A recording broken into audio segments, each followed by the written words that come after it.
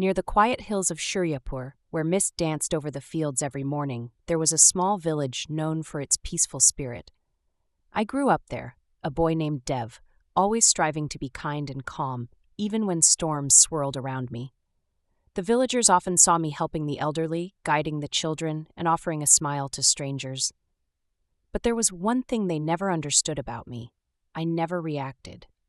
No matter how loud someone shouted, how cruelly they blamed me, or how sharp their insults cut, I would simply smile and walk away. At first, it didn't bother me that people whispered behind my back, calling me weak or spineless. Their laughter echoed through the narrow streets sometimes, but I knew better. I had seen what mindless anger could do. I had watched friendships crumble, families break apart, all because someone chose to react without thinking. I believed, deep down, that reacting only poured fuel on fires that were meant to die out. And so, I kept my peace, even when it was the harder choice. I thought my quiet strength would eventually be recognized. I didn't know a real test was coming. The day Ravi arrived, the village felt a shift, almost like the wind had changed direction. He was everything I was not: loud, confident, competitive, with a spark of mischief in his eyes. Ravi thrived on attention, and he couldn't stand to be ignored. It didn't take him long to notice me. To him, my calmness wasn't strength, it was an insult. I could see the curiosity and annoyance brewing in his gaze, and soon enough I heard the murmur, "Ravi's going to teach Dev a lesson."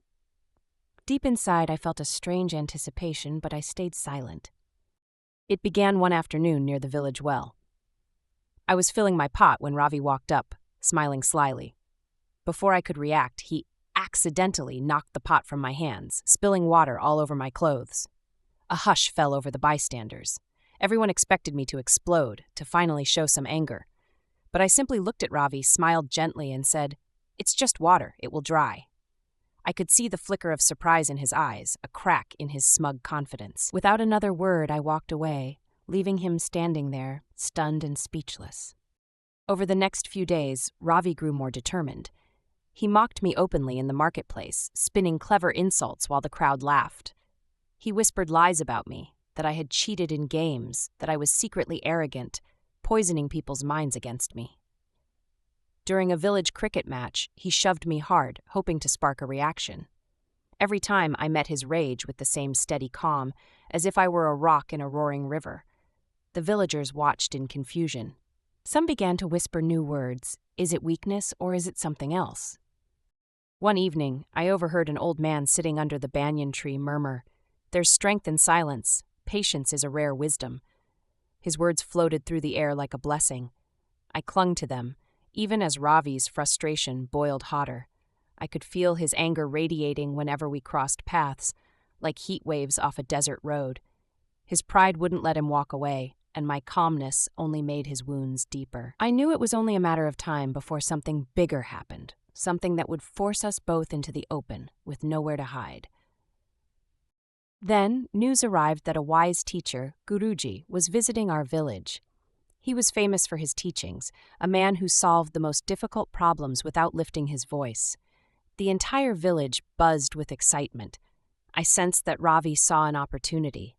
His glares grew more intense in the days leading up to the teacher's arrival. My instincts whispered a warning, but I stayed quiet, trusting that the truth had its own power.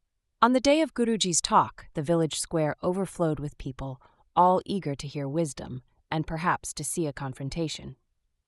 As Guruji took his seat, the air seemed to tighten, thick with expectation. His presence was calm but powerful, like a deep river flowing quietly beneath the surface. After speaking for a while about patience and wisdom, he opened the floor for questions. That's when Ravi, unable to hold back any longer, stood up. His voice was sharp, almost accusing, as he said, "Guruji, is it right to never react when someone troubles you? Doesn't that make you a coward?" The villagers murmured, some nodding, others frowning. All eyes turned to me, and my heart pounded in my chest. Guruji's eyes sparkled with understanding. He didn't answer immediately. Instead, he reached beside him and pulled out 2 clear glasses. Slowly, he filled the first glass with clean water. Then, from his satchel, he took a spoonful of dark black ink. Without a word, he dropped it into the first glass. Instantly, the water clouded, turning dark and dirty. A ripple of unease spread through the crowd. I leaned forward, sensing there was more. Guruji then filled the second glass, but this time he placed a large piece of ice inside before dropping the same ink onto it. Everyone watched, breathless. The ink fell onto the ice but didn't sink. It stayed on the surface, slowly fading as the ice melted. The water remained mostly clear. Guruji held up both glasses, his voice calm and steady. The first glass reacted. It allowed the ink to ruin it. The second stayed calm, and in its patience, the darkness faded away without spoiling it. Which one would you prefer to drink from? The crowd was silent, hanging on to every word. My heart thudded in my ears, but I stayed still, absorbing the lesson unfolding before us all. The teacher set the glasses down and looked directly at Ravi, but his words were meant for all of us. In life, Guruji said, there will always be people who try to disturb your peace. If you react without thinking, you let them control you. You become clouded, poisoned by their anger. But if you stay patient, their negativity has no place to grow inside you. The village square was utterly silent, every ear straining to catch his words. I could see Ravi's posture shift, his confidence melting like the ink on the ice. His hands trembled slightly at his sides. Guruji continued, his voice carrying a softness that somehow made it even more powerful. Strength, he said, is not in shouting the loudest. Strength is not in striking back. Real strength lies in remaining calm when the world tries to shake you apart. His eyes swept over the crowd, lingering for a moment on me. For a heartbeat, it felt as though time itself paused and a warmth spread through my chest. I wasn't weak. I was stronger than anyone had realized. Across from me, Ravi dropped his gaze, his face flushed with something unfamiliar, shame. After the gathering ended, people lingered, whispering to one another. Some approached Guruji with questions. Others stood in small groups, their eyes flickering toward me with something new. Respect. I turned to leave when I heard hurried footsteps behind me. It was Ravi. For a moment, I thought he might challenge me again, but instead he stopped a few feet away, struggling to find his words. Finally, he said, voice rough with emotion, "I'm sorry, Dev. I misunderstood you." His words hung heavy between us, filled with a depth that mocking laughter could never carry. I gave him a small smile. I looked at him and said, "I understood that your actions came from your own hurt. That's why I didn't react." Ravi stared at me, blinking, as if seeing me for the first time. I placed a hand gently on his shoulder. "When we don't react," I said softly, "we give others a chance to heal too, not just ourselves." A strange quietness wrapped around us, thicker and deeper than any shouting match could have created. For the first time, Ravi didn't look like a rival to me. He looked like a boy who had been fighting battles no one else saw.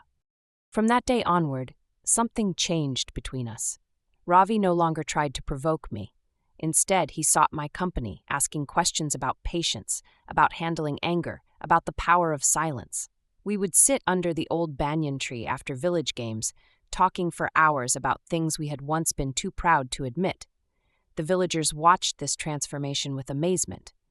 Some even began practicing patience themselves, inspired by the strange friendship that had grown between two former opposites. Little did I know, those conversations would shape the course of my life more deeply than anything before. Years passed, and I carried the lessons of my childhood with me like sacred treasures. I studied hard, traveled to different towns, and eventually became a counselor, helping others navigate storms of anger, grief, and stress. People from far and wide sought my advice. They marveled at the calmness I carried, the way storms seemed to break against me and dissolve into nothing.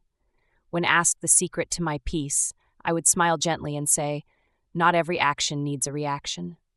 My voice would echo with the lessons of Guruji, of Ravi, of the little village where it all began. One afternoon, during a counseling session, a young man sat across from me, fists clenched, his face red with frustration. His words spilled out in a torrent of anger and betrayal. I listened quietly, without interrupting, allowing his storm to rage safely. When he finally ran out of words, I leaned forward and said, "Some fires burn out when you stop feeding them.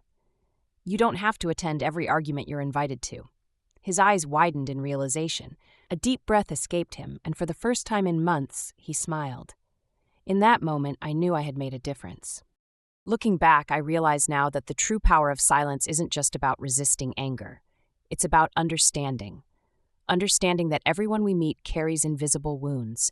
Reacting in anger only deepens those wounds, while patience offers a bridge to healing. It's a lesson I carry in every heartbeat, every word I speak. The boy who once walked through Shuryapur, mocked and misunderstood, had grown into a man who found power not in shouting louder, but in speaking less and meaning more. And all it took was the courage to stay calm when the world pushed me hardest. Sometimes I still visit Shuryapur, walking through the narrow, dusty lanes that cradled my boyhood. The banyan tree still stands, ancient and proud, its roots deep in the earth like the lessons in my heart. When I sit there, I remember the day Ravi spilled water on me. I remember Guruji's 2 glasses and the hush that fell over the village square. And I smile, feeling the peace that has never left me. In a world that demands reaction, I found freedom in stillness. And I learned that real strength, the kind that lasts, begins not with the fists, but with the heart. Wherever I go, people still ask, how do you stay so calm, so peaceful? I tell them a simple truth. Patience isn't weakness. Silence isn't surrender. They are shields you build within yourself, stronger than any armor made of anger. When you refuse to be poisoned by others' negativity, you claim a power greater than rage, greater than pride. And in those moments, I see their faces soften, their burdens lighten, as if they too glimpse the same river of calm that saved me once. And so, the story continues, one peaceful heart, passing strength into the next.